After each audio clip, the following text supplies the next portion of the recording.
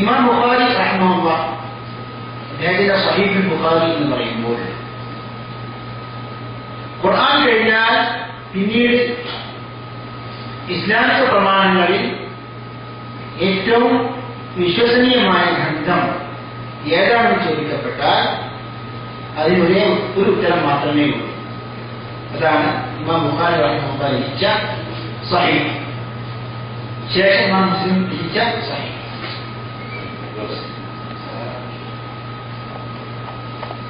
ഇമാം ബുഖാരി റഹ്മഹുല്ലാഹ് അദ്ദേഹത്തെ സംബന്ധിച്ച് നമ്മൾ ചില വിവരങ്ങൾ നൽകിക്കഴിഞ്ഞു കഴിഞ്ഞ ക്ലാസ്.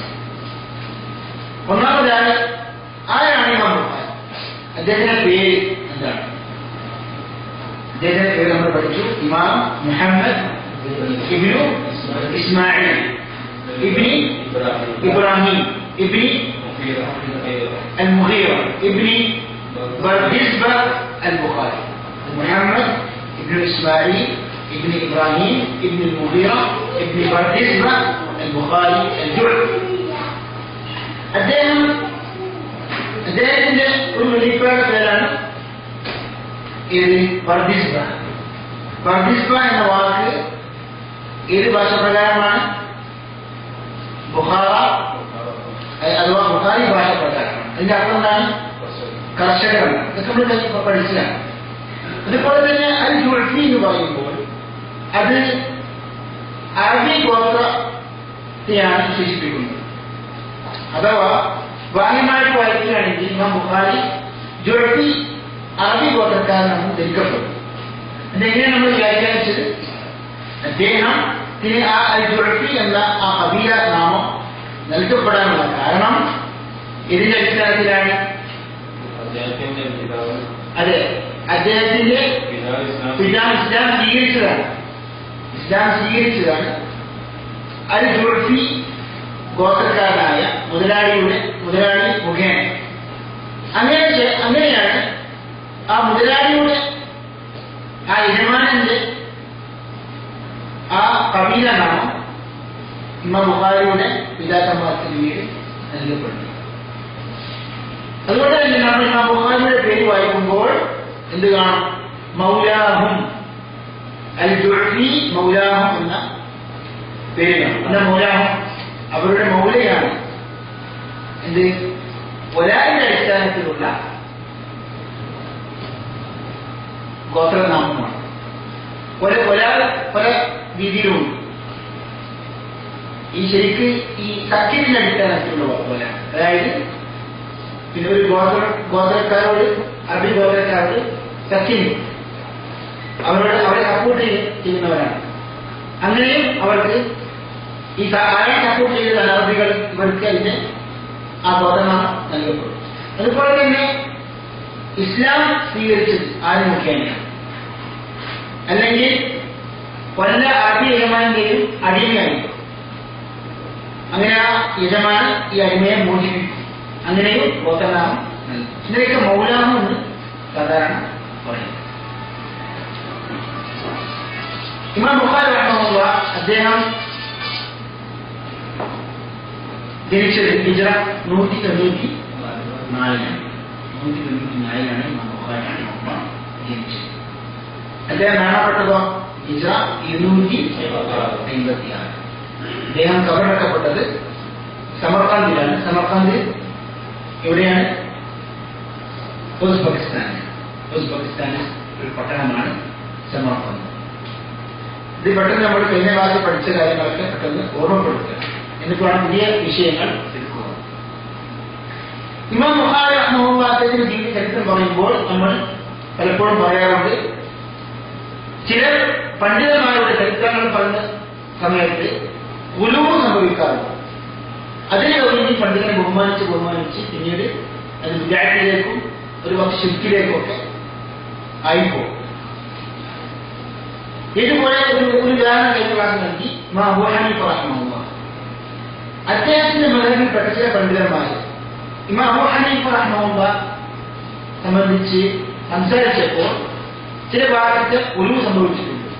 അതിനൊരു ഭാഗമാണ് അബൂ ഹനീഫ റളിയല്ലാഹു അൻഹുവിന്റെ മദ്ഹബിനെ പുകഴ്ത്തി പറഞ്ഞപ്പോൾ ആ മദ്ഹബ്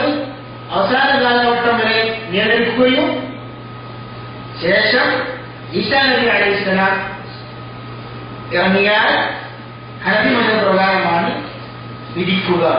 അതുവരെ ഹനഫി ചില മദ്ഹബിലെ ചില ഗ്രന്ഥങ്ങളിൽ എഴുതപ്പെട്ടിട്ടുണ്ട്. ഇതുപോലുള്ള ഒരു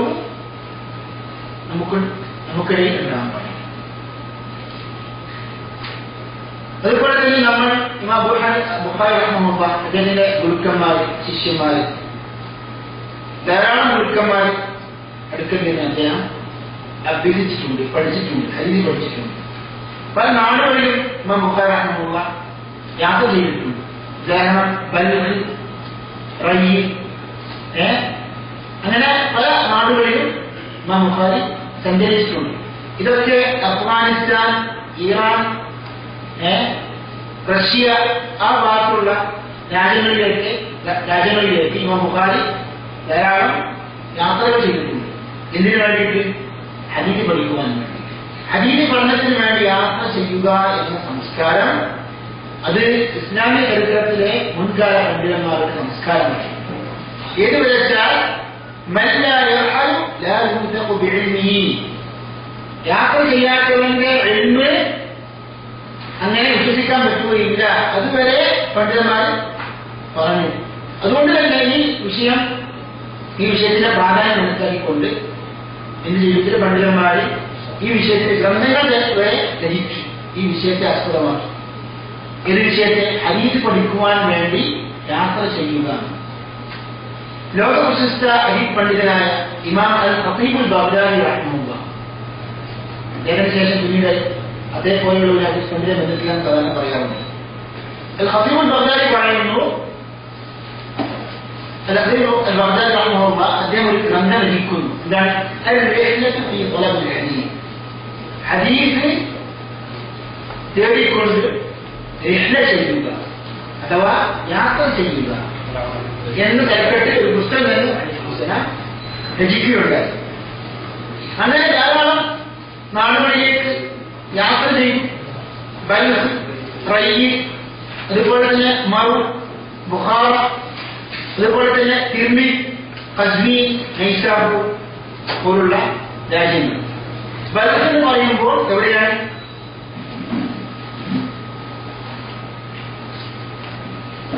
എവിടെയാണ് ഈ ബൽഖ്? അഫ്ഗാനിസ്ഥാൻ പറഞ്ഞല്ലേ കഴിഞ്ഞ ക്ലാസ്സിൽ. റയ്യ് എവിടെയാണ്? ഇറാനിൽ. ഈ റയ്യക്കുള്ള നിസ്ബ എന്താണ്? നിസ്ബ എന്ന് പറയുമ്പോൾ ഒരു നാട്ടിലേക്ക് നമ്മൾ ഒരു വ്യക്തിയെ ചേർത്ത് പറയുമ്പോൾ ഇതുപോലെ അൽ ഹിന്ദ് എന്നാണ് നമ്മുടെ രാജ്യത്തിന്റെ പേര്. ഇന്ത്യക്കാരെ നമുക്ക് ഞാൻ പറയാം ഹിന്ദി. അതാണ് നിസ്ബ എന്ന് പറയുന്നത്. അതുപോലെ തന്നെ റയ്യ് എന്ന പട്ടണത്തിലേക്ക് നിസ്ബ പറയുമ്പോൾ എന്തായിരിക്കും? റാസി. അതെപ്പോഴും മനസ്സിലാക്കണം. റാസി എപ്പോഴും കേൾക്കാത്ത വാക്കാണ്. അത് ഒരു സ്ഥലത്തേനാണ്. സ്ഥലത്തേക്ക് ചേർക്കപ്പെടുമ്പോഴാണ് റാസി എന്ന് പറയുന്നത്.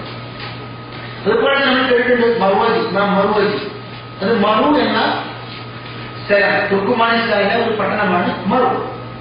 അതുപോലെ തന്നെ ഖസ്വീൻ. ഇമാം ഇബ്നു മാജ അദ്ദേഹം ഖസ്വീനിക്കാരനാണ്. എവിടെയാണ് ഖസ്വീൻ? ഇറാൻ. നോക്കൂ നിങ്ങൾ, അതായത് 500 വർഷം ചരിത്ര പാരമ്പര്യം മാത്രമേ ഇറാന് ശരി ഭരണകൂടം അല്ലെങ്കിൽ ആശയത്തിന്റെ ചരിത്രം മാത്രമേ ഉള്ളൂ. അതിനു മുമ്പ് സുന്നത്ത് ജമാഅത്ത് പണ്ഡിതന്മാരുടെ രാജ്യമായിരുന്നു ഇത്. അതുപോലെ തന്നെ നൈസാബൂർ, ഇമാം മുസ്ലിം നൈസാബൂരിയാണ്. അദ്ദേഹം ഇറാൻകാരനാണ്. അദ്ദേഹം ഇമാം ബുഖാരി റഹ്മഹുല്ലാഹ് അങ്ങനെ ധാരാളം ഗുരുക്കന്മാരിൽ നിന്ന് ഹദീസ് പഠിച്ചു. അവരിൽ ഏറ്റവും പ്രസിദ്ധനായ ശൈഖായിരുന്നു ഇമാം അലി ഇബ്നുൽ മദീനി. അലിയു ഇബ്നു അൽ മദീനി. അദ്ദേഹം ഹദീസിലെ വലിയ പണ്ഡിതനാണ്. മാത്രമല്ല ഹദീസ് ശാസ്ത്രത്തിലെ ഏറ്റവും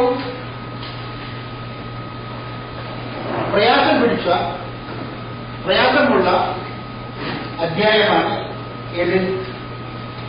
ഇൽമു ഇൽമുൽ ഹദീസ്.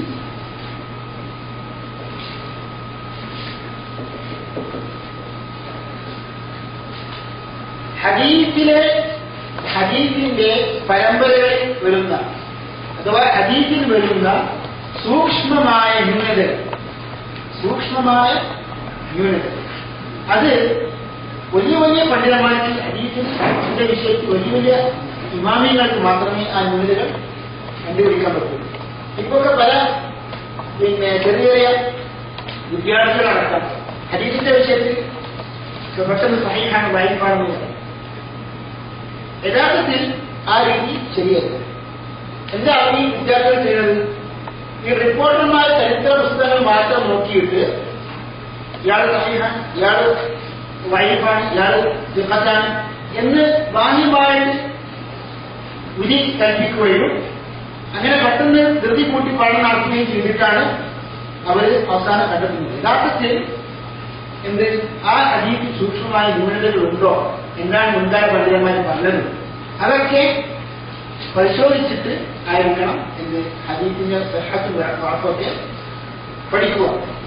ഏതായാലും പറഞ്ഞിരുന്നത് ഏറ്റവും പ്രയാസം പിടിച്ച ഭാഗമാണ്. ആ ഭാഗിൽ ഏറ്റവും പാണ്ഡിത്യമുള്ള ഗുരുവായിരുന്നു ഇമാം ബുഖാരിയുടെ ഉസ്താദ് അലി ഇബ്നു മദീനി. അദ്ദേഹത്തിന്റെ ശിഷ്യനാണ് ഇമാം ബുഖാരി. പറഞ്ഞിരുന്നത് അദ്ദേഹത്തിന്റെ ഗുരുവിനെ സംബന്ധിച്ച് ഇമാം ബുഖാരി പറയാറുണ്ട്, മസ്തസ്റഫു നഫ്സി ഇല്ല അൻദ ഇബ്നുൽ മദീനി.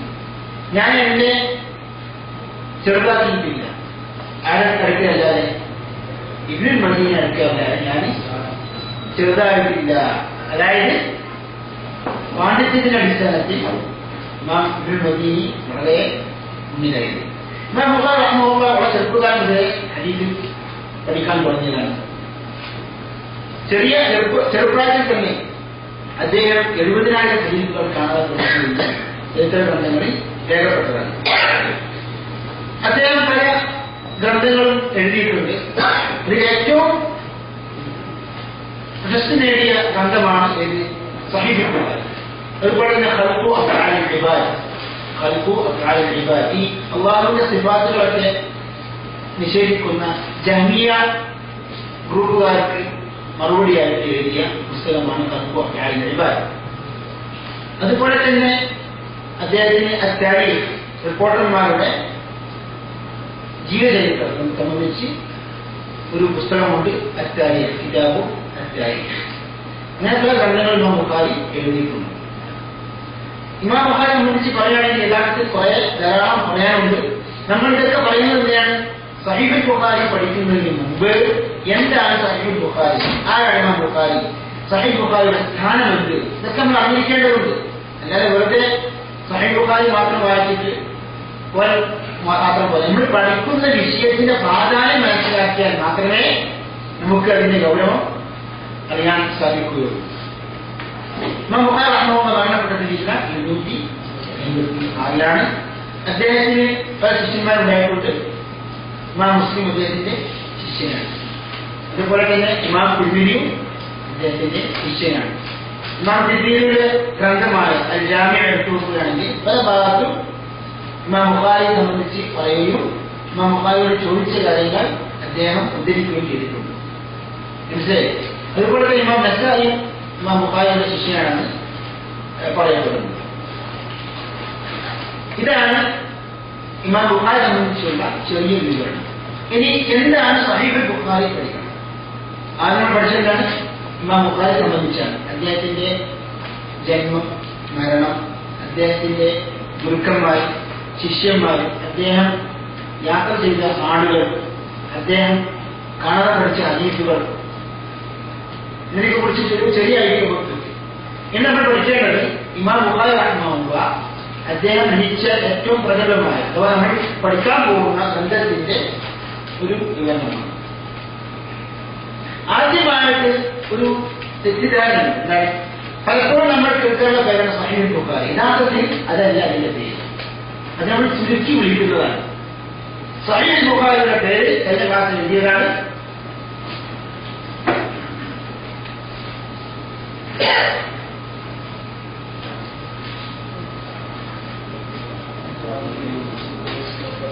എന്താണ്? അൽ ജാമിഉ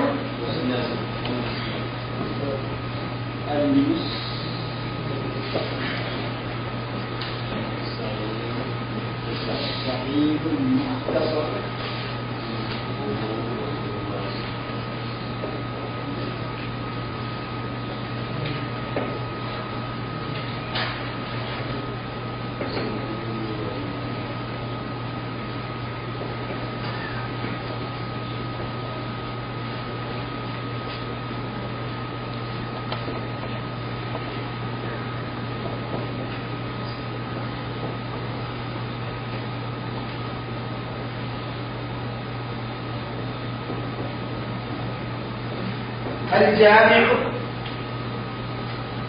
الجامع المسند الصحيح المختصر من أمور رسول الله صلى الله عليه وسلم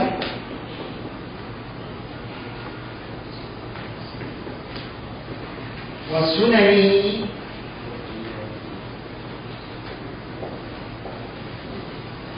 وأيامه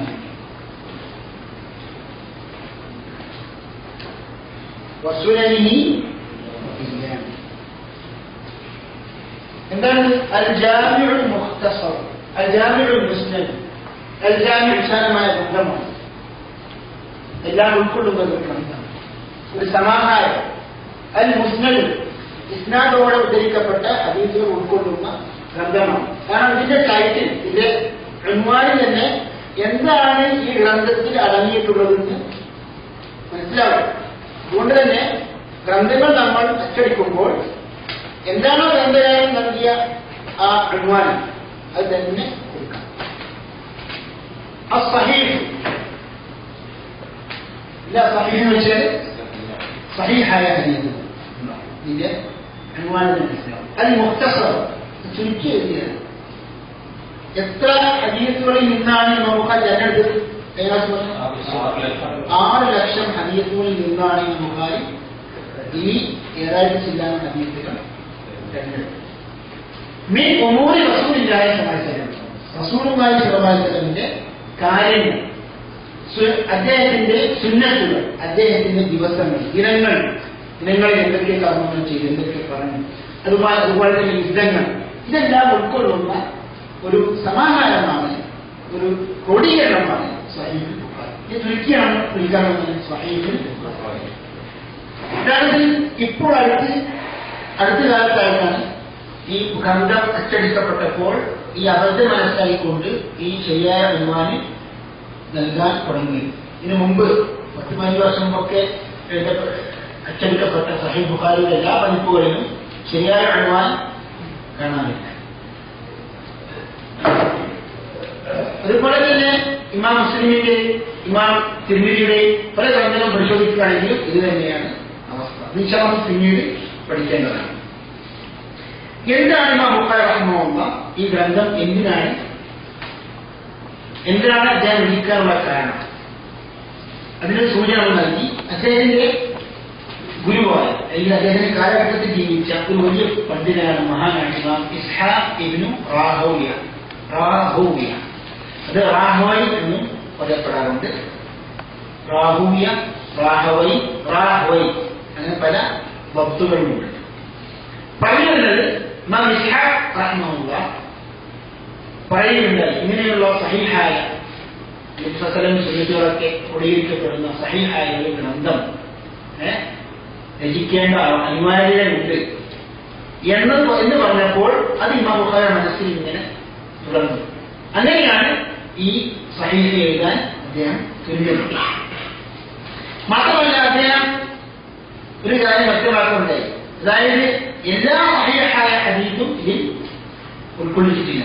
അതായത് എല്ലാ ഈ സഹീഹ് ബുഖാരിയുടെ സഹീഹ്, ബാക്കിയൊക്കെ ദഈഫ്, അങ്ങനെ വാദം നമുക്ക് ഇല്ല. ഇമാം ബുഖാരി റഹിമഹുല്ലാഹ് അദ്ദേഹം ഉൾക്കൊള്ളിച്ച ഹദീസുകളൊക്കെ അദ്ദേഹത്തിന്റെ അഭിപ്രായ പ്രകാരം, വീക്ഷണപ്രകാരം, അതുപോലെ തന്നെ പണ്ഡിതന്മാരുടെ അഭിപ്രായ പ്രകാരം തന്നെ സഹീഹായ ഹദീസുകളാണ്. അദ്ദേഹം ഒരിക്കൽ പറയുന്നുണ്ടായി, അഹ്ഫറു 100,000 ഹദീസിൻ സഹീഹ്, നാം 1,00,000 സഹീഹായ ഹദീസുകൾ കാണാൻ പഠിക്കുന്നു. അതോടൊപ്പം തന്നെ അഹ്ഫറു 100,000 ഹദീസിൻ ഗൈർ സഹീഹ്, സഹീഹ് അല്ലാത്ത 2,00,000 ഹദീസുകളും നാം കാണാൻ പഠിക്കുന്നു. ഇതിന് എന്ത് മനസ്സിലായി? സഹീഹായ ഹദീസുകളാൽ കൂടുതൽ ഏതാണ് ദഈഫായ ഹദീസുകളാണ് കൂടുതൽ. മാത്രമല്ല അദ്ദേഹം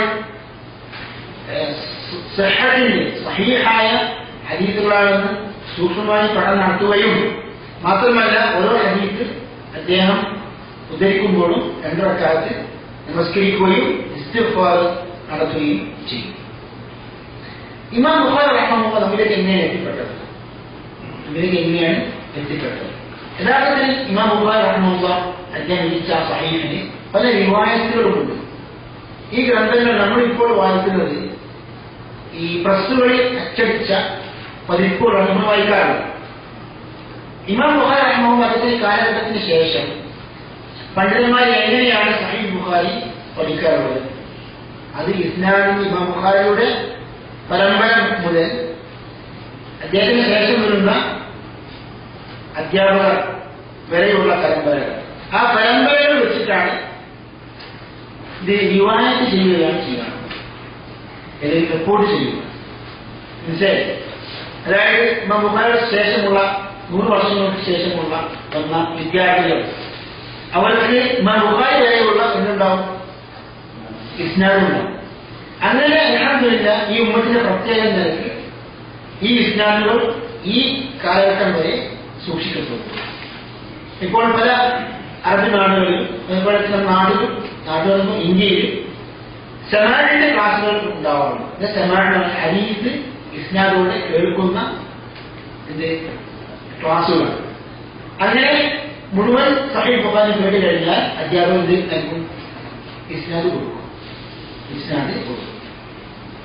അങ്ങനെ നമ്മൾ സഹീഹ് ബുഖാരിയുടെ വ്യാഖ്യാനമായി ഫത്ഹുൽ ബാരി വായിക്കുമ്പോൾ ഓരോ ഹദീസിനും പല റിവായത്തുകളും കാണാൻ സാധിക്കും. റിവായത്ത് അൽ ഫറബി, റിവായത്തുൽ കുശ്മീഹനി, റിവായത്തുൽ അബീ ദർ, റിവായത്തുൽ അസീലി, റിവായത്തുൽ മുസ്തംലി, റിവായത്തുൽ മഹാനിലി, ഇതൊക്കെ വായിക്കാൻ സാധിക്കും. ഇതൊക്കെ എന്താണ്? ഇമാം ബുഖാരി വ്യത്യസ്ത റിവായത്തുകളാണ്. ഒരു പക്ഷേ അവ തമ്മിൽ പദങ്ങളിൽ വരാറുള്ള ചില വ്യത്യാസങ്ങൾ കാണാൻ സാധിക്കും. അതുകൊണ്ട് തന്നെ നമ്മൾ സഹീഹ് ബുഖാരി വായിക്കുമ്പോൾ അതിന്റെ ഏറ്റവും പ്രഗത്ഭമായ പ്രസിദ്ധമായ വ്യാഖ്യാനം ഏതാണ്? ഫത്ഹുൽ ബാരി. നമ്മൾ പലപ്പോഴും കേൾക്കുന്ന ബന്ധമാണ് ഫത്ഹുൽ ബാരി. ഫത്ഹുൽ ബാരി വായിക്കുമ്പോൾ തന്നെ അദ്ദേഹം ഒരു ഹദീസ് വിശദീകരിക്കുമ്പോൾ ഇമാം ബുഖാരിയുടെ സഹീഹിന്റെ വ്യത്യസ്ത റിവായത്തുകൾ ഉദ്ധരിക്കും. അതിൽ ചിലപ്പോൾ ഈ എല്ലാ റിവായത്തുകളും 100% ശരിയാകണമെന്നില്ല. അതിൽ ചിലപ്പോൾ ചില അബദ്ധങ്ങൾ വന്ന റിവായത്തുകൾ ഉണ്ടാവും.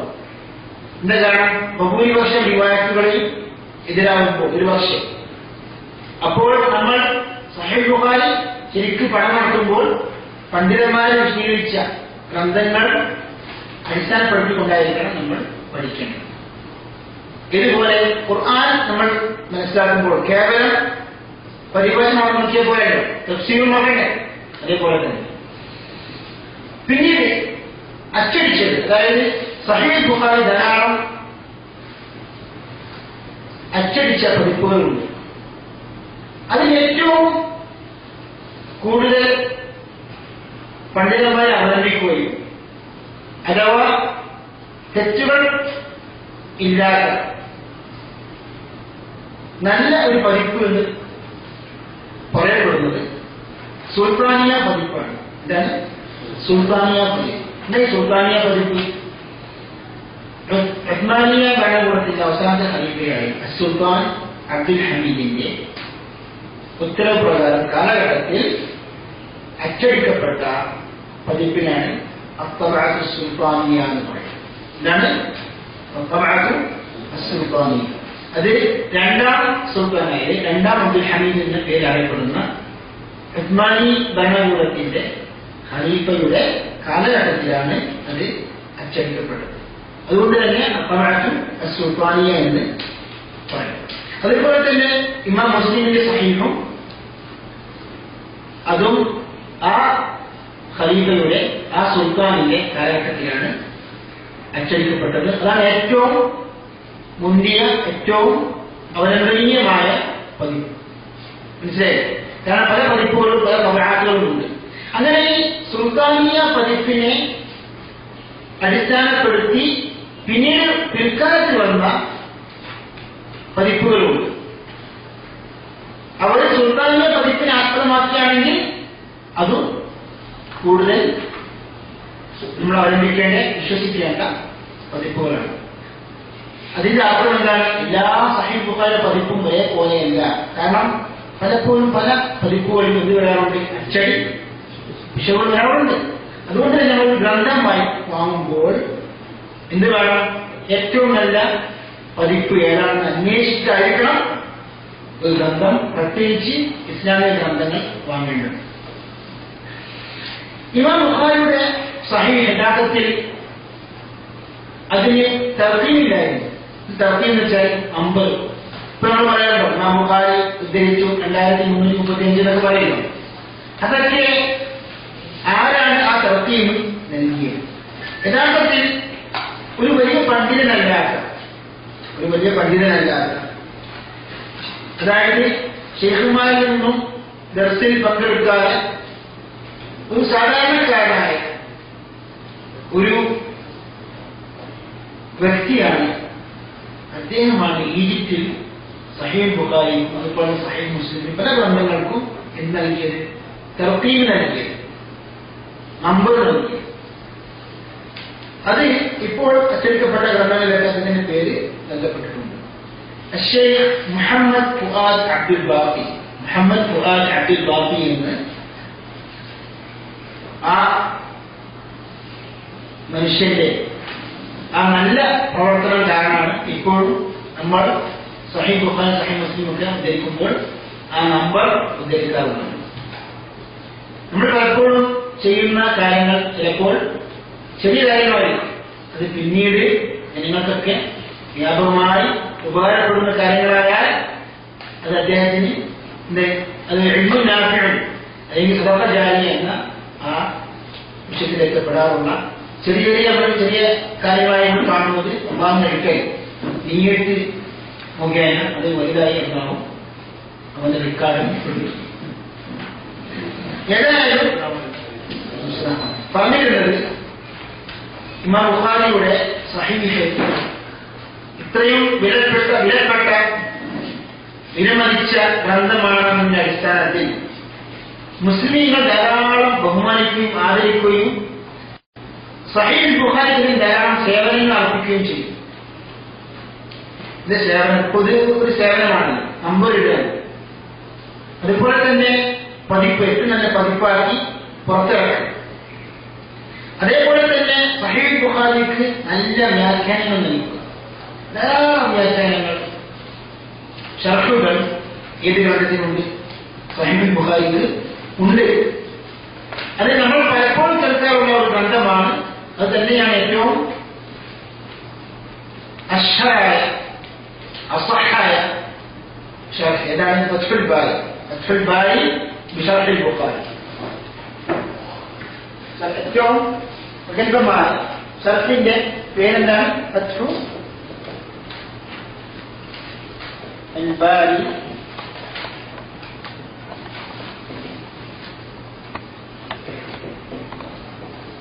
ബിശർഹിൽ ബുഖാരി.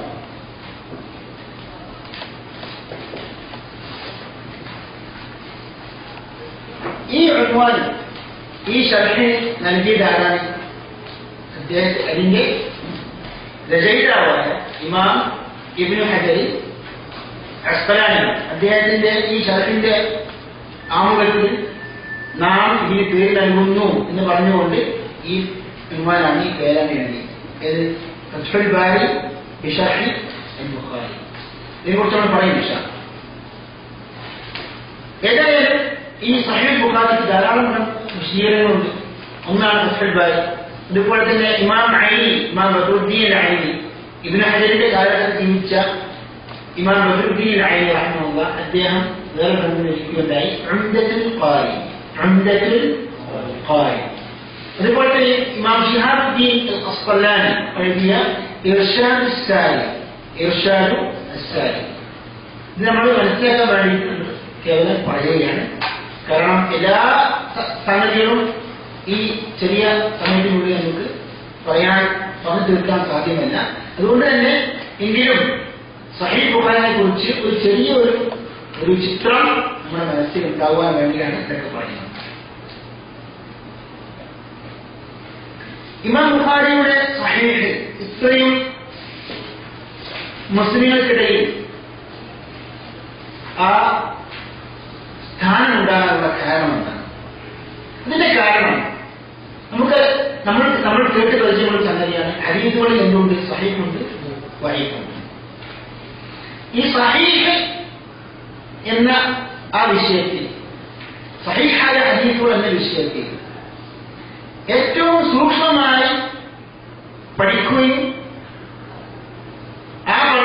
അടിസ്ഥാനത്തിൽ ഹദീസുകൾ ക്രോഡീകരിക്കുകയും ചെയ്ത പണ്ഡിതൻ ആരാണ്? ഇമാം ബുഖാരി. അതുകൊണ്ട് തന്നെ പണ്ഡിതന്മാർക്കിടയിൽ ഒരു വിഷയമുണ്ട്. എന്താണ് ഷർത്തുൽ ബുഖാരി? എന്താണ് ഷർത്തുൽ ബുഖാരി? ഇമാം ബുഖാരി റഹ്മഹുല്ലാഹ് ഹദീസ് അദ്ദേഹത്തിന്റെ സഹീഹിൽ ഉൾക്കൊള്ളിക്കണമെങ്കിൽ എന്താണ് അദ്ദേഹത്തിന്റെ ഷർത്ത്, നിബന്ധന? എന്തുകൊണ്ടാണ് ഇമാം മുസ്ലിമിന്റെ സഹീഹിനേക്കാൾ ഇമാം ബുഖാരിയുടെ സഹീഹിന് പ്രാധാന്യം നൽകപ്പെട്ടത്, സ്ഥാനം നൽകപ്പെട്ടത്? ഇമാം ബുഖാരിയുടെ സഹീഹിലുള്ള അഥവാ ഹദീസുകളിൽ തൊട്ടു മുമ്പ് ഉദ്ധരിക്കപ്പെടുന്ന പരമ്പരകൾ, എന്താ പരമ്പരകൾ എന്ന് പറഞ്ഞാൽ ഇസ്നാദുകളിൽ പറഞ്ഞാർത്ഥം റിപ്പോർട്ടർമാരുടെ ചെയിനാണ്, സിൽസിലയാണ്. ഏത്? ഇസ്നാദ്. ഓരോ റിപ്പോർട്ടും ഓരോ റാവിയും അദ്ദേഹത്തിന്റെ ശൈഖിൽ നിന്ന് ഹദീസ് ധരിക്കുമ്പോൾ ഇമാം ബുഖാരിയുടെ ഷർത്ത് എന്താണ്? ഇവർ പരസ്പരം ഒരേ കാലഘട്ടത്തിൽ ജീവിക്കുകയും വിശ്വസ്തരാകുകയും പരസ്പരം ഹദീസ് കേട്ട് പഠിച്ചു എന്ന തെളിവ് നിർബന്ധമായുമാണ്. മനസ്സിലായി? ഇമാം മുസ്ലിമിന്റെ ഷർത്ത് എന്താണ്? ഒരേ കാലഘട്ടത്തിൽ ജീവിക്കുകയും സ്വയം വിശ്വസ്തരാകുകയും ചെയ്താൽ ഹദീസ് സ്വീകരിക്കാം. അതായത് ഇപ്പോൾ റഷീദ് സാഹിബ് ഞാൻ ഒരേ കാലഘട്ടത്തിൽ ജീവിച്ചാണ്. നമ്മൾ പരസ്പരം ഹദീസുകൾ കേട്ട് പഠിച്ചിട്ടുണ്ട്, വിശ്വസ്തരാണെന്ന് വെക്കുക എങ്കിൽ ഹദീസ് ഇമാം മുസ്ലിം സ്വീകരിക്കും. അദ്ദേഹത്തിന്റെ ഗ്രന്ഥത്തിൽ അത് ഉൾക്കൊള്ളിക്കും. ഇമാം ബുഖാരിയുടെ ഷർത്ത് പോയാൽ ഇത്രക്കും സൂക്ഷ്മമായ ഷർത്താണ്. നമ്മൾ പരസ്പരം കേട്ട് പഠിച്ചിട്ടുണ്ട്, അതായത് വിശ്വസ്തരായ പോലെ ഒരേ കാലഘട്ടത്തിൽ ജീവിച്ചവരായ പോലെ, മറിച്ച് പരസ്പരം ഹദീസ് ഞാൻ കേട്ടു, ഷിസാബിൽ നിന്ന് ഞാൻ ഹദീസ് കേട്ടു എന്ന് തെളിവാണ് എങ്കിൽ മാത്രമേ ഹദീസ് ഇമാം ബുഖാരി സ്വീകരിക്കൂ. അതുകൊണ്ട് തന്നെ ഷർത്തുൽ ബുഖാരി അഅ്ലാ മിൻ ഷർത്തുൽ മുസ്ലിം, ഇമാം മുസ്ലിമിന്റെ ഷർത്തിനേക്കാൾ ഉയർന്ന ഷർത്താണ് ആരുടേത്? ഇമാം ബുഖാരിയുടെ. അതുകൊണ്ട് തന്നെ പലപ്പോഴും പല ഗ്രന്ഥങ്ങളൊക്കെ വായിക്കുമ്പോൾ കാണും റവാഹു അബൂ ദാവൂദ്. ഈ ഹദീസ് അറിയപ്പെടുന്നത് അബൂ ദാവൂദാണ്. ബിഇസ്നാദി അലാ ഷർത്തുൽ ബുഖാരി, ബുഖാരിയുടെ ഷർത്തൊട്ട പരമ്പര മുഖേന ആര് റിപ്പോർട്ട് ചെയ്തു? ഇമാം അബൂ ദാവൂദ് റിപ്പോർട്ട് ചെയ്തു. അപ്പോൾ എന്താണ് ഷർത്തുൽ ബുഖാരി, എന്താണ് ഷർത്തുൽ മുസ്ലിം എന്ന് ചുരുക്കത്തിൽ നമ്മൾ മനസ്സിലാക്കി. ഇനി നമ്മൾ അറിയേണ്ട ഒരു വിഷയം എന്താണ്? ഇമാം ബുഖാരിയുടെ സഹീഹിൽ എത്ര ഹദീസുകളുണ്ട്? കാരണം ആവർത്തിക്കപ്പെട്ട ഹദീസുകൾ ധാരാളമുണ്ട്. ഇത് സഹീഹ് ബുഖാരി. അതുപോലെ തന്നെ പരമ്പര ഉദ്ധരിച്ച ഹദീസുകളും പരമ്പര ഉദ്ധരിക്കപ്പെടാത്ത ചെറിയ അഥവാ ചുരുക്കം ഹദീസുകളും ഇതിലുണ്ട്, സഹീഹ് ബുഖാരിയിലുണ്ട്. പരമ്പര ഉദ്ധരിച്ച ഹദീസുകൾക്കാണ് നമ്മൾ എന്ത് പറയുന്നത്? അൽ മുസ്നദ് എന്ന് പറയുന്നത്. അൽ അഹാദീസുൽ മുസ്നദു എന്ന് പറയുന്നത് സനദ് ഉദ്ധരിക്കപ്പെട്ട ഹദീസുകൾ. സനദ് ഉദ്ധരിക്കപ്പെടാത്ത ഹദീസുകളും ചുരുക്കത്തിൽ നമുക്ക് സഹീഹ് ബുഖാരി കാണാൻ സാധിക്കും. ഉദാഹരണം പറയുകയാണെങ്കിൽ ഇമാം ബുഖാരി റഹ്മഹുല്ലാഹ് കിതാബുൽ ഇൽമിൽ ഉദ്ധരിക്കാറുണ്ട്. ഉദ്ധരിച്ച ഒരു വചനമാണ് ഇമാം മുജാഹിദ് എന്ന താബിഈ വഴി അഥവാ സഹാബിയിൽ നിന്ന് ഇബ്നു അബ്ബാസിൽ നിന്ന് ഹദീസ് ഖുർആനൊക്കെ പഠിച്ച പണ്ഡിതനാണ് ഇമാം മുജാഹിദ്. ഇമാം മുജാഹിദ് പറയുന്നു ലാ യനാലുൽ ഇൽമ മുസ്തഹീ വലാ മുസ്തക്ബിർ. ലജ്ജയുള്ളവനും അഹങ്കാരമുള്ളവനും വിജ്ഞാനം ലഭിക്കുകയില്ല. അഹങ്കാരം അതുപോലെ തന്നെ ലജ്ജ, ഇത് ഇൽമിൽ നിന്ന് നമ്മെ തടസ്സപ്പെടുത്തുന്നു. ഇത് അവരുടെ വചനമാണ്, ഇമാം മുജാഹിദിന്റെ വചനമാണ്. ഇതുപോലെയുള്ള വചനങ്ങൾക്കാണ് ഹദീസിന്റെ ഭാഷ ഇത് പറയുക.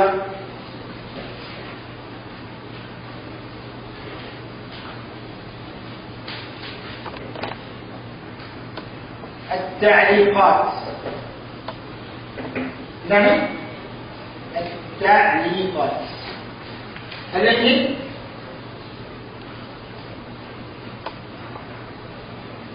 المعلقات.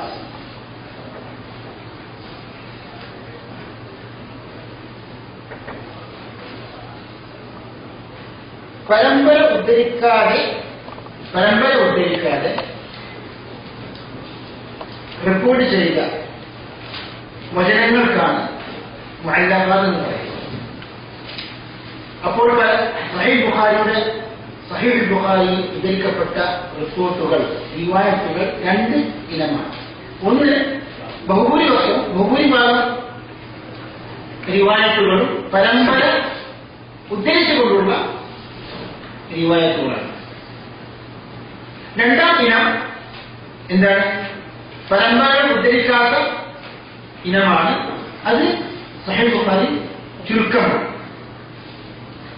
എങ്കിലും ഫത്ഹുൽ ബാരിയുടെ രചയിതാവായി ഇമാം ഇബ്നു ഹജർ പറഞ്ഞിട്ടുണ്ട്, പരമ്പര ഉദ്ധരിക്കാത്ത റിപ്പോർട്ടുകളും എന്താണ്? സഹീഹാണ്.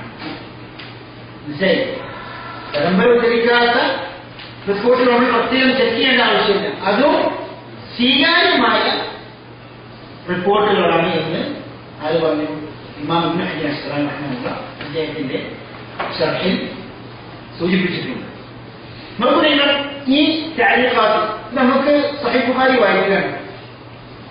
വായിക്കുമ്പോൾ ഈ ഇമാം മുജാഹിദിന്റെ അതുപോലെ തന്നെ വേറെ മുഅല്ലഖാത്തുകളൊക്കെ കണ്ടു. അപ്പോൾ ഒരു ആഗ്രഹം, ഇതിന് പരമ്പര വേണം. അല്ലെങ്കിൽ ആരാണ് ഈ ഹദീസ്, ഈ റിവായത്ത്, ഇമാം ബുഖാരി പരമ്പര ഉദ്ധരിക്കാത്ത ഈ റിവായത്ത് ആരാണ് പരമ്പര ഉദ്ധരിച്ചുകൊണ്ട് റിപ്പോർട്ട് ചെയ്തത് എന്നൊരു ആഗ്രഹം നമ്മുടെ മനസ്സിലുണ്ടാകും. അപ്പോൾ എന്താ ചെയ്യേണ്ടത്? ഇതിന്റെ സഹീഹ് ബുഖാരിയുടെ വിശദീകരണമായ ഫത്ഹുൽ ബാരി എടുത്ത് നോക്കിയാൽ അദ്ദേഹം പറയും ഒരു പക്ഷേ അത് ഇമാം ഇബ്നു അബീ ശൈബ റിപ്പോർട്ട് ചെയ്തു, ഇമാം അബൂ ദാവൂദ് റിപ്പോർട്ട് ചെയ്തു, ഇമാം ഹാക്കിം റിപ്പോർട്ട് ചെയ്തു, ഇമാം ബൈഹഖി റിപ്പോർട്ട് ചെയ്തു. കാരണം പരമ്പര ഉദ്ധരിച്ചുകൊണ്ട് ആ പണ്ഡിതന്മാരെ അത് റിപ്പോർട്ട് ചെയ്തിട്ടുണ്ട്. ഏതായാലും സഹീഹ് ബുഖാരി രണ്ട് ഇനങ്ങളായ റിവായത്തുകളുണ്ട്. ഒന്ന് മുസ്നദ്, ഒന്ന് മുഅല്ലഖ്. ഇനി ചോദ്യം എന്താണ്? സഹീഹുൽ ബുഖാരി മൊത്തം മുഅല്ലഖാണെങ്കിലും മുസ്നദാണെങ്കിലും എത്ര ഹദീസുകൾ ഉണ്ട്? എഴുതണം. 9082. ഇത് ആരാണ് പറഞ്ഞത്?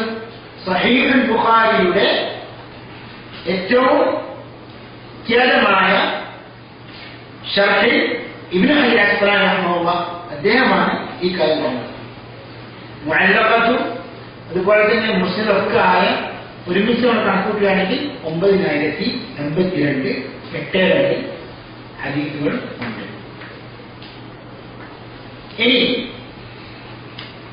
മുഅല്ലഖത്തും അതുപോലെയുള്ള റിവായത്തുകൾ ഇല്ലാതെ എത്ര ഹദീസുകൾ ഉണ്ട് സഹീഹ് ബുഖാരി?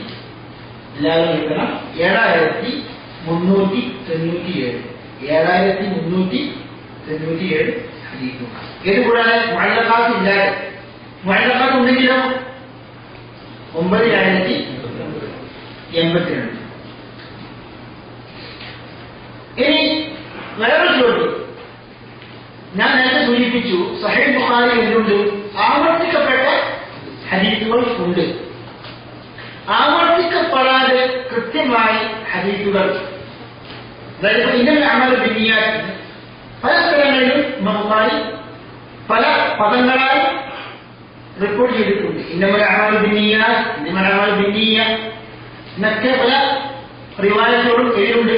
സഹീഹ് ബുഖാരിയുണ്ട്. അങ്ങനെ ആവർത്തിക്കപ്പെടാതെ എത്ര ഹദീസുകൾ സഹീഹ് ബുഖാരിയുണ്ട്? 2600 ഹദീസുകൾ. 2600 ഹദീസുകൾ സഹീഹുൽ ബുഖാരിയിൽ ഉണ്ട്.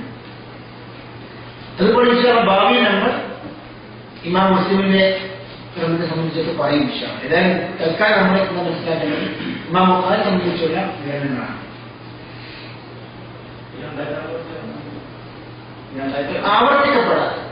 ആവർത്തിക്കപ്പെടാതെയുള്ള ഹദീസുകളാണ്.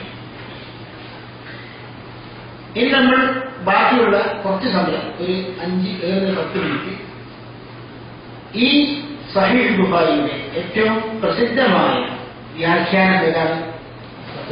ഫത്ഹുൽ ബാരി ഷർഹ് ബുഖാരി. അതിനെക്കുറിച്ച് ഒരു ചെറിയ വിവരണം നമ്മൾ മനസ്സിലാക്കണം. കാരണം അദ്ദേഹത്തിന്റെ ശറഹ് അതുപോലെയുള്ള പ്രഗത്ഭമായ ശറഹുകളൊക്കെ അടിസ്ഥാനപ്പെടുത്തിയായിരിക്കണം നമ്മൾ ഭാവി സഹീഹ് ബുഖാരി പഠിക്കുന്നത്. അതായത് അടുത്ത ആഴ്ച മുതൽ പഠിക്കുന്നത് പണ്ഡിതന്മാരുടെ ഗ്രന്ഥങ്ങളൊക്കെ വെച്ച് വളരെ ലളിതമായ മലയാള ഭാഷയിൽ നമ്മൾ പഠിക്കും ഇൻഷാ അല്ലാഹ്. ഇതുപോലെ ഇമാം ഇബ്നു കസീറിന്റെ തഫ്സീറും മലയാളത്തിൽ പഠിച്ചതുപോലെ തന്നെ ഇമാം ബുഖാരിയുടെ സഹീഹും ഇങ്ങനെ പഠിക്കും ഇൻഷാ അല്ലാഹ്. ഇമാം ഇബ്നു ഹജർ അസ്ഖലാനിയാണ് ഈ ഗ്രന്ഥം രചിച്ചത്.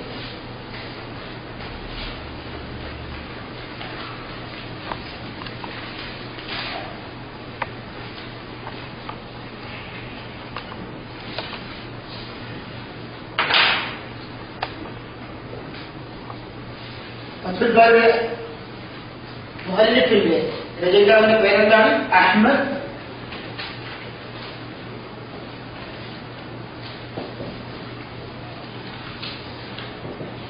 ഇബ്നു അലി ഇബ്നു ഹജർ അൽ അസ്ഖലാനി. ഈ അസ്ഖലാനി പറയുന്നത് അസ്ഖലാൻ എന്ന് പറയുന്നത് ഫലസ്തീനിലെ ഒരു പ്രദേശമാണ്. പക്ഷെ അദ്ദേഹം ഒറിജിനൽ ഫലസ്തീനിക്കാരനാണെങ്കിലും അസ്ഖലാനിയാണെങ്കിലും അദ്ദേഹം പഠിച്ചതും വളർന്നുമൊക്കെ അതുപോലെ മരണപ്പെട്ടതൊക്കെ എവിടെയാണ്?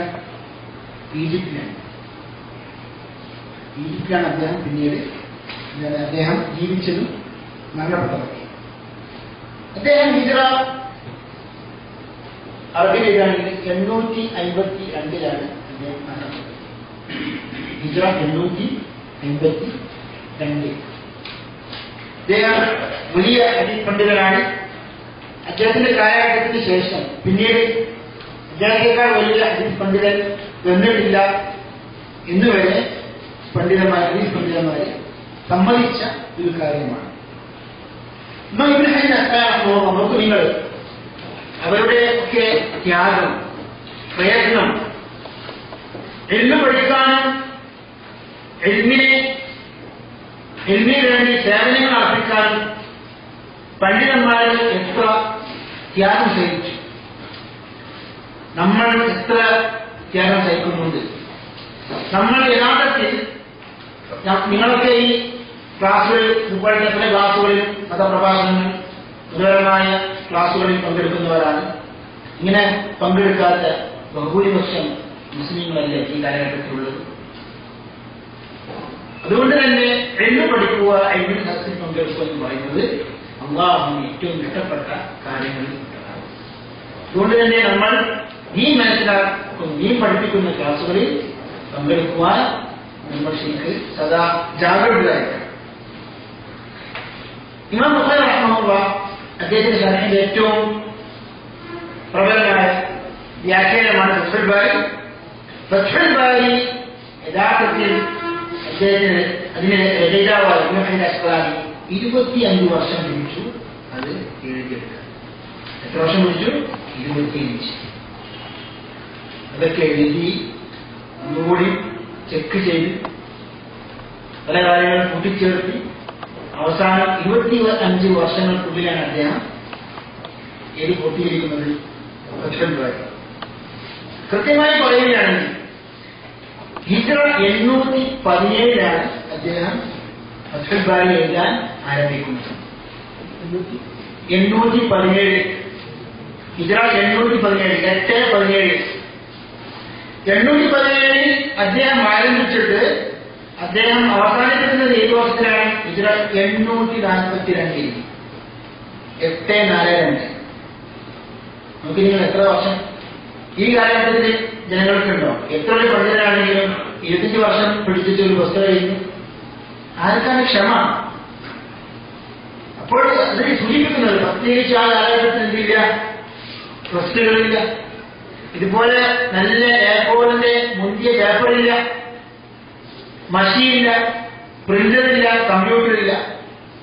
ഇതൊക്കെ ധാരാളം ദിവസങ്ങൾ വർഷങ്ങൾ കഴിച്ചുകൂട്ടി അതും ഇതുപോലെയുള്ള നല്ല പ്രകാശങ്ങളുള്ള വിളക്കുകൾ പോലും ഇല്ലാത്ത കാലഘട്ടത്തിൽ ധാരാളം പ്രയാസം അനുഭവിച്ചുകൊണ്ടാണ് ആ കാലഘട്ടത്തിൽ പണ്ഡിതന്മാർ പുസ്തകം എഴുതിയിട്ടുള്ളത്. ഇപ്പോൾ നമുക്ക് ഒരു ഗ്രന്ഥം വായിച്ചു നോക്കണമെങ്കിൽ അല്ലെങ്കിൽ ഒരു ഗ്രന്ഥത്തിൽ നിന്ന് ഒരു ഉദ്ധരണി നമ്മൾ കോഡ് ചെയ്യണമെങ്കിൽ പെട്ടെന്ന് കമ്പ്യൂട്ടർ അടിച്ചാൽ മതി. ആ കാലഘട്ടത്തിൽ നിന്നും ഇതുപോലെയുള്ള സൗകര്യങ്ങളില്ലായിരുന്നു. എന്നിട്ട് പോലും അവരുടെ ഇഖ്ലാസ്, അവരുടെ എണ്ണു പഠിക്കാനുള്ള അള്ളാഹുവിന്റെ ഇത്തിബാഅ് മർവാദി എന്നതിന്റെ അടിസ്ഥാനത്തിൽ അള്ളാഹുവിന്റെ പ്രീതി കാണിച്ചുകൊണ്ടാണ് ആ കാലഘട്ടത്തിലെ പണ്ഡിതന്മാരെ 100% ആത്മാർത്ഥത, സമർപ്പണം, അങ്ങനെയാണ് പണ്ഡിതന്മാരെ ഗ്രന്ഥങ്ങൾ എഴുതിയിട്ടുള്ളത്. പണ്ഡിതന്മാരെ പല നാടുകളിലേക്കും യാത്ര ചെയ്തിട്ടുള്ളത്. ഇമാം ബുഖാരിയുടെ ആ നാട്ടിൽ പണ്ഡിതന്മാരെ ലൈൻഡല്ല. എങ്കിൽ പോലും ഞാൻ പഠിച്ചിട്ട് പോരാ, ഇനിയും പഠിക്കണം, അള്ളാഹുവിന്റെ കൂലി ഇനിയും വർദ്ധിക്കട്ടെ, അള്ളാഹുവിന്റെ സ്വർഗത്തിൽ ഉയർന്ന ദർജാക്കളിലേക്ക് എനിക്ക് എത്തണം എന്ന ആ ബോധം, എന്ന ജാഗ്രത, അതൊക്കെ അവരുടെ ഈമാനിന്റെ ആ വളർച്ചയാണ്. നമ്മളിത് പഠിക്കുമ്പോൾ അല്പമെങ്കിലും അവരുടെ ആ ജീവചരിത്രത്തിൽ നിന്ന് പാഠങ്ങൾ ഉൾക്കൊണ്ട് അല്പമെങ്കിലും പ്രയത്നിക്കണം. ഈ വിഷയത്തിൽ നമ്മൾ ചെറിയ ചെറിയ ത്യാഗങ്ങൾ സഹിക്കണം എന്നാണ് ഈ സന്ദർഭത്തിൽ ഓർമ്മപ്പെടുത്താനുള്ളത്. അപ്പോൾ ഇമാം ഇബ്നു അസ്കാരി റഹിമഹുല്ലാഹ് ഹിജ്റ എത്രാം വർഷത്തിലാണ് ഫത്ഹുൽ ബാരി പൂർത്തീകരിച്ചത്? ഹിജ്റ 842. അങ്ങനെ അദ്ദേഹം ആ ഗ്രന്ഥം രചന പൂർത്തീകരിച്ചു. അള്ളാഹു നന്ദി കാണിച്ചുകൊണ്ട് അദ്ദേഹം എല്ലാ പണ്ഡിതന്മാരെയും ഇതുപോലെ തന്നെ പ്രമാണിമാരെ വിളിച്ചു കൂട്ടിയിട്ട് വലിയ സദ്യ ഒരുക്കി. അതൊക്കെ ചരിത്ര ഗ്രന്ഥങ്ങളിൽ രേഖപ്പെടുത്തപ്പെട്ട സംഗതികളാണ്. അങ്ങനെ ഈ ഫത്ഹുൽ ബാരിയുടെ ഈ സ്ഥാനം പണ്ഡിതന്മാരെ സമ്മതിച്ച കാര്യമാണ്. ഏറ്റവും പ്രഗത്ഭമായ ശാഖ മാത്രമല്ല, നമ്മൾ പലപ്പോഴും കേൾക്കാറുള്ള ഒരു മഹാപണ്ഡിതനാണ് ഇമാം ഷൗക്കാനി റഹ്മത്തുള്ളാഹി. അദ്ദേഹം ഒരിക്കൽ ഈ ഗ്രന്ഥം ശർഹ് ചെയ്യപ്പെടാൻ, സഹീഹുൽ ബുഖാരി വ്യാഖ്യാനിക്കാൻ വേണ്ടി അദ്ദേഹത്തിന് ആവശ്യപ്പെട്ടു. ആരോട്? ഇമാം ഷൗക്കാനിയോട് സഹീഹുൽ ബുഖാരി ഒന്ന് ശർഹ് ചെയ്യാൻ, വിശദീകരിക്കാൻ ആവശ്യപ്പെട്ടപ്പോൾ അദ്ദേഹം പറയുന്നു, ലാ ഹിജ്റത ബഅദൽ ഫത്ഹ്. ഫത്ഹിന് ശേഷം ഒന്നില്ല. ഇത് ഹദീസാണ് കേട്ടോ. എന്താർത്ഥം? മക്ക വിജയത്തിന് ശേഷം ഇനി എന്തില്ല? ഹിജ്റയില്ല. ഇനി ഹിജ്റയില്ല. കാരണം മുസ്ലിം ഭരണകൂടമായി, അഥവാ മുസ്ലിങ്ങളുടെ കയ്യിലായി കാര്യങ്ങളൊക്കെ. ഇനി പഴയ പാടുകൾ ഹിജ്റയില്ല. പറയുന്നത് ആ അർത്ഥം ഈ വിഷയത്തിൽ അദ്ദേഹം കൊണ്ടുവന്നു. അദ്ദേഹം ഉദ്ദേശിക്കുന്നത് ഫത്ഹുൽ ബാരിക്ക് ശേഷം എന്തില്ല? ഒരു വിദ്യാർത്ഥിക്ക് ഇനി എഴുതി പഠിക്കാൻ വേണ്ടിയിട്ട് വേറെ നാടുകളിലേക്ക് പോയി പ്രയാസപ്പെടേണ്ട ആവശ്യമില്ല. അദ്ദേഹം ഉദ്ദേശിക്കുന്നത് ഫത്ഹുൽ ബാരിയിൽ ധാരാളം വിവരങ്ങൾ, എണ്ണുകൾ ഉൾക്കൊണ്ടിട്ടുണ്ട് എന്ന ആ യാഥാർത്ഥ്യമാണ് അദ്ദേഹം സൂചിപ്പിച്ചത്. അങ്ങനെ യഥാർത്ഥത്തിൽ സഹീഹുൽ ബുഖാരിയെ സംബന്ധിച്ചും ഫത്ഹുൽ ബാരിയെ സംബന്ധിച്ച് പറയുകയാണെങ്കിൽ ധാരാളം കാര്യങ്ങളുണ്ട്. ഇമാം ഇബ്നു ഹജർ റഹിമഹുല്ലാഹ് ഫത്ഹുൽ ബാരി എഴുതിയപ്പോൾ ആ ഫത്ഹുൽ ബാരിയുടെ രീതിയും സ്വഭാവവും അതുപോലെ ഇമാം ബുഖാരിയുടെ സഹീഹ് സംബന്ധിച്ച് പരിചയപ്പെടുത്തുവാനും ഒക്കെ ഒരു ആമുഖം എഴുതി. ആ ആമുഖത്തിന്റെ പേരെന്താണ്?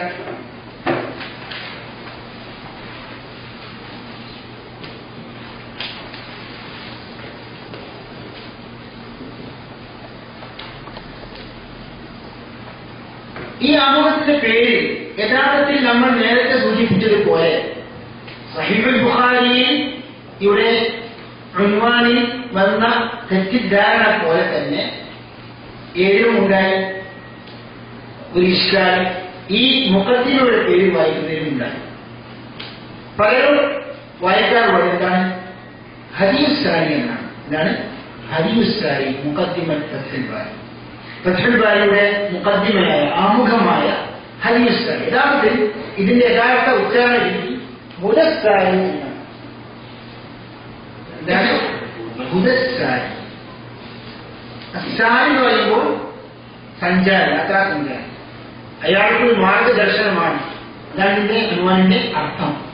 ഫത്ഹുൽ ബാരി എന്ന് പറയുമ്പോൾ അൽ ബാരി അള്ളാഹുവിന്റെ അസ്മാഉൽ ഹുസ്നയിൽപ്പെട്ട ഒരു ഇസ്മാണ്, നാമമാണ്.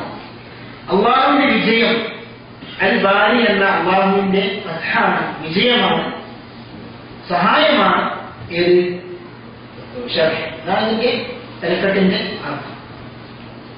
ഈ മുദസ്സായി വായിച്ചാൽ നമുക്ക് എന്തൊക്കെ മനസ്സിലാകാൻ? ഇമാം ബുഖാരിയുടെ ഈ ചരിത്രം, ഹദീസിന്റെ സ്ഥാനം, സഹീഹുൽ ബുഖാരിയിൽ ഉദ്ധരിക്കപ്പെട്ട പ്രയാസമുള്ള വാക്കുകളുടെ ചെറിയ രീതിയിലുള്ള വിശദീകരണം ഇതിലുണ്ട്, മുദസ്സായിലുണ്ട്.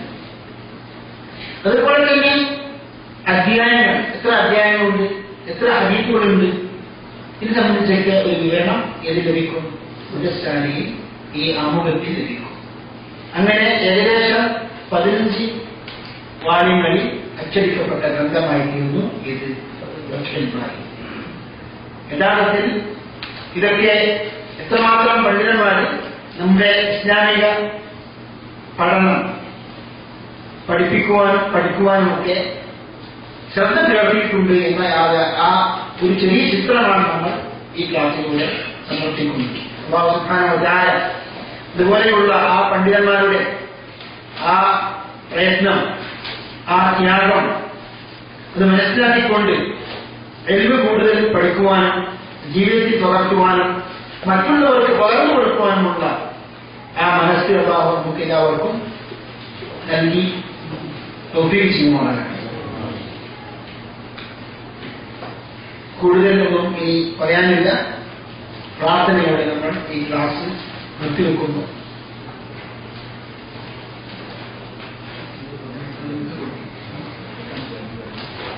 പരിചയപ്പെടുത്തേ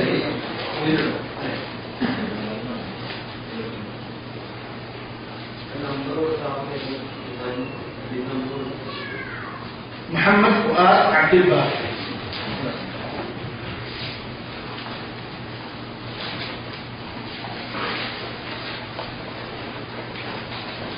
ഭൗതിക വിദ്യാഭ്യാസം പഠിച്ച പണ്ഡിതനല്ലാത്ത ഒരു നല്ല മനുഷ്യനാണ് മുഹമ്മദ് ഫുആദ് അബ്ദുൽ ബാഖി. അദ്ദേഹമാണ് സഹീഹ് ബുഖാരിക്കും സഹീഹ് മുസ്ലിമിനും പല ഗ്രന്ഥങ്ങൾക്കും നമ്പർ നൽകി. മുഹമ്മദ് ഫുആദ് അബ്ദുൽ ബാഖി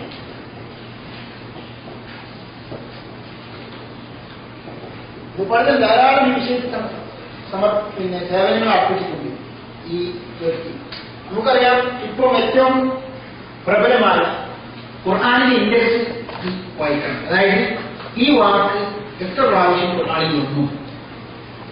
മൂസ നബി അലൈഹി സ്വലാമിന്റെ ആ നാമം, ഖുർആൻ എന്ന പദം, ഓരോ പദവും അത് ഇൻഡെക്സ് ഇത്രയും കൃത്യമായ രീതിയിൽ ഉണ്ടാക്കിയ വ്യക്തിയാണ് ഷെയ്ഖ് മുഹമ്മദ് ഫുആദ് അബ്ദുൽ ബാഖി. ആ ഇൻഡെക്സ് ഇപ്പോഴും ലഭ്യമാണ്. അതിലല്ല, ഞാൻ തുടക്കത്തിൽ വന്നപ്പോ കൊടുത്തിരുന്നല്ലോ.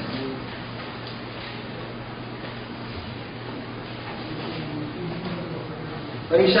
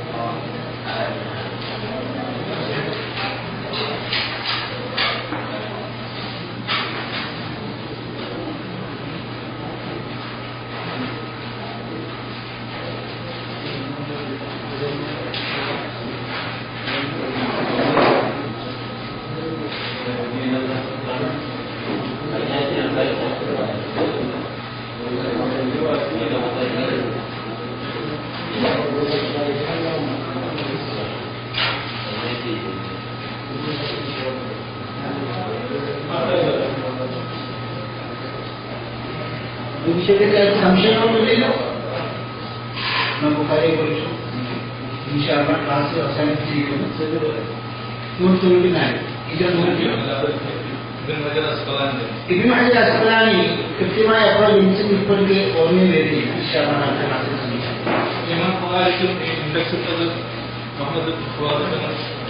അതായത് നമ്പർ ഇൻഡെക്സ് അത് പിന്നെ അതനുസരിച്ച് ഖുർആനിലെ ഇൻഡെക്സ് അതുപോലെ തന്നെ ഹദീസിന്റെ ഇൻഡെക്സും അദ്ദേഹം എഴുതിയിട്ടുണ്ട്. ഇമാം ബുഖാരിയുടെ മാത്രം പറയുന്നത്.